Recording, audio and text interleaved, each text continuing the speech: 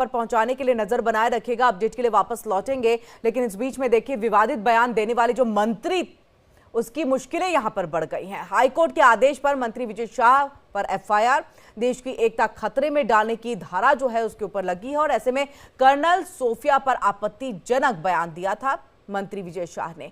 आपको बता दें, देखिए हाईकोर्ट के आदेश के बाद मध्य प्रदेश के मंत्री विजय शाह के खिलाफ एफआईआर दर्ज कर ली गई है। इंदौर के मानपुर थाना में उनके खिलाफ केस दर्ज किया गया और मंत्री विजय शाह ने कर्नल सोफिया कुरैशी पर विवादित बयान दिया था। हालांकि बाद में मंत्री ने अपने बयान पर माफी मांगी थी, लेकिन विवाद थम नहीं रहा।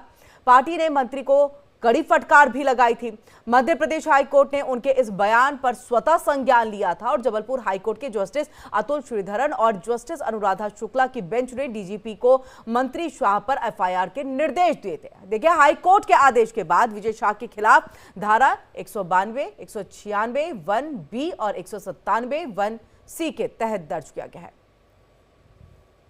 और चलिए ज्यादा जानकारी के लिए हम सीधे रुक कर लेते हैं एमपी स्टेट हेड मुक्ता पाठक का। मुक्ता, देखिए लगातार हम देख रहे थे इस तरह का जो विवादित बयान विजय शाह की तरफ से दिया गया, उसके बाद से उनके घर के सामने में विरोध के स्वर भी सुनाई दिए हैं। उनके जो नेम प्लेट है उसके ऊपर में कालिक भी पोती गई है और अब यहां पर सीधे सीधे तौर पर खुद हाईकोर्ट जो है स्वतः संज्ञान लेता है और स्वतः संज्ञान लेकर के ये कहा जाता है डीजीपी को कि आप एफआईआर दर्ज करें।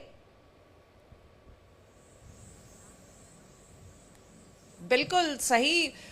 जिस तरह से ये विवाद जो था, ये एकदम से जो है विवाद उठा था और आप देखिए कि किस तरह का बयान आया था। जैसे ही बयान ये वायरल हुआ उसके बाद से लगातार जो है बहुत सारे जो अगर हम बात करें, चाहे वो अपोजिशन पार्टी हो, चाहे बाकी हम सोशल मीडिया में लोगों की हर जगह से नाराजगी व्यक्त की जा रही थी, क्योंकि जिस तरह का भी इस वक्त माहौल है उस बीच में इस तरह का बयान जो है बहुत ही निंदनीय था और बहुत ही एक तरीके से सेना का अपमान, जो कि हाईकोर्ट ने भी माना है। हाईकोर्ट ने भी कहा है कि ये आप सेना का अपमान कर रहे हैं, देश का अपमान कर रहे हैं। तभी उन्होंने मध्य प्रदेश डीजीपी को आदेश दिया कि आप 4 घंटे के अंदर ही अंदर जो है एफआईआर दर्ज करके बताएं। और उसके बाद जो है कल देर रात जो है मुख्यमंत्री निवास पे बैठक हुई और फिर उसके बाद डॉक्टर मोहन यादव ने भी निर्देश दिए कि जो हाई कोर्ट का आदेश है उसका पालन किया जाना चाहिए और उसके बाद जो है एफआईआर दर्ज की गई। और अगर हम बात करें तो लगातार हम देख रहे हैं कि मंत्री विजय शाह जो है एक दिन पहले उनको बीजेपी में अध्यक्ष वीडी शर्मा ने तलब किया था। वो बीजेपी दफ्तर पहुंचे थे, माफी मांग रहे थे। लगातार वो कह रहे थे मैं 10 बार माफी मांगने को तैयार हूं। कल भी रात को उन्होंने वीडियो जारी किया जिसमें वो हाथ जोड़ते हुए नजर आ रहे हैं, माफी मांग रहे हैं।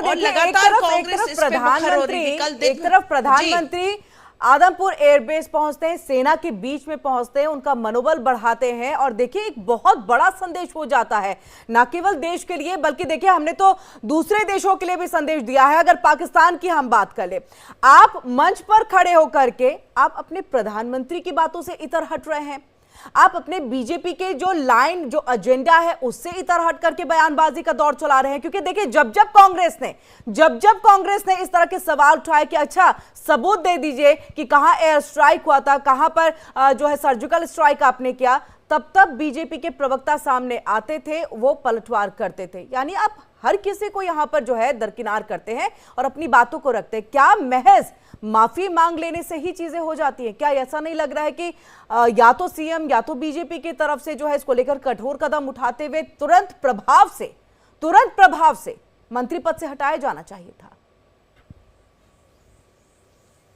बिल्कुल सही सवाल है किरण, यही लगातार सब पूछ रहे हैं, कांग्रेस पूछ रही है। और कल देर रात जो है उमा भारती जो पूर्व मुख्यमंत्री मध्य प्रदेश की, उन्होंने भी ट्वीट करके कहा है कि विजय शाह को बर्खास्त कर देना चाहिए मंत्री पद से। अब देखना होगा कि इस पे बीजेपी जो संगठन, लगातार हम देख रहे थे कि 2 दिन से जो है वो डैमेज कंट्रोल की कोशिश कर रही थी। वो उन्होंने जो है बीजेपी के कार्यकर्ताओं को वहां पे छतरपुर में कर्नल के परिजनों के घर भी भेजा था और लगातार कह रहे थे नहीं नहीं नहीं वो तो देश की बेटी है, देश की बहन है और अपमान करने का इरादा नहीं था। लेकिन कल जब हाई कोर्ट का आदेश आया उसके बाद जो स्थिति बदल गई है, तो अब देखना होगा, क्योंकि लगातार बात हो रही है, उनके रेजिग्नेशन की बात हो रही है। कल इस तरह से जो है वो सूत्र के हवाले से खबर भी आ रही थी कि कल शाम देर रात उनका इस्तीफा हो जाएगा, लेकिन जिस तरह से उन्होंने वीडियो जारी किया है माफी मांगने का, और अब हमें आज देखना होगा कि क्या उनका इस्तीफा लिया जाता है या नहीं। और मैं आपको एक चीज और बताना चाहूंगी, ये अगर हम मंत्री विजय शाह की बात करें तो उनका और विवादित बयान का नाता बहुत सालों से है। वो इस तरह के बयान हमने 2013 की आपको बात बता दूं, जब पूर्व मुख्यमंत्री शिवराज सिंह चौहान की पत्नी साधना सिंह के लिए उन्होंने मंच से कह दिया था, अभद्र भाषा का उपयोग किया था, जिसके कारण उनका रेजिग्नेशन हो गया था, उनको मंत्री पद से हटाया गया था। लेकिन चूंकि ये एक बहुत बड़ा ट्राइबल फेस है, वोट बैंक की राजनीति जो है कहीं ना कहीं है, इसलिए उनको दोबारा फिर कैबिनेट में लाया गया था। इसके बाद उन्होंने एक्टर विद्या बालन जब यहां मध्य प्रदेश के जंगलों में शूट कर रही थी तो उनको डिनर पे इनवाइट किया था। जब उन्होंने मना कर दिया तो उन्होंने शूटिंग रुकवा दी, उसको भी लेकर विवाद हुआ था। उन्होंने राहुल गांधी के अविवाहित होने पर भी जो है एक टिप्पणी अभद्र भाषा का जो है इस्तेमाल किया था। तो ऐसे विजय शाह की अगर हम बात करें तो लगातार इस तरह के कंट्रोवर्सीज में वो जुड़े रहे हैं। लेकिन यहाँ पे सवाल ये उठता है कि इतने कंट्रोवर्सीज के बावजूद जो है वो उनको मंत्री पद से हर बार नवाजा गया। 8 बार के विधायक हैं, जैसा मैंने कहा, बड़ा ट्राइबल का सवाल है। अब सेना का सवाल है तो यहाँ पर कुछ और नहीं, सिर्फ यही मांग उठती है पूरे देश की तरफ से कि आप इनको मंत्री पद से हटाएं, तुरंत प्रभाव से हटाएं। देखिए, हाईकोर्ट ने स्वतः संज्ञान लिया तो एक कड़ा संदेश भी यहां पर दिया है कि इस तरह की बयानबाजी नहीं चलेगी, विवादित बयान सेना के खिलाफ नहीं चलेंगे, हमारी देश की बेटी के खिलाफ नहीं चल सकते हैं। आपका बहुत बहुत शुक्रिया मुक्ता हमारे साथ जुड़ने के लिए और पूरी जानकारी हम तक पहुंचाने के लिए। अपडेट के लिए वापस लौटेंगे, लेकिन फिलहाल खबरों में आगे बढ़ते हुए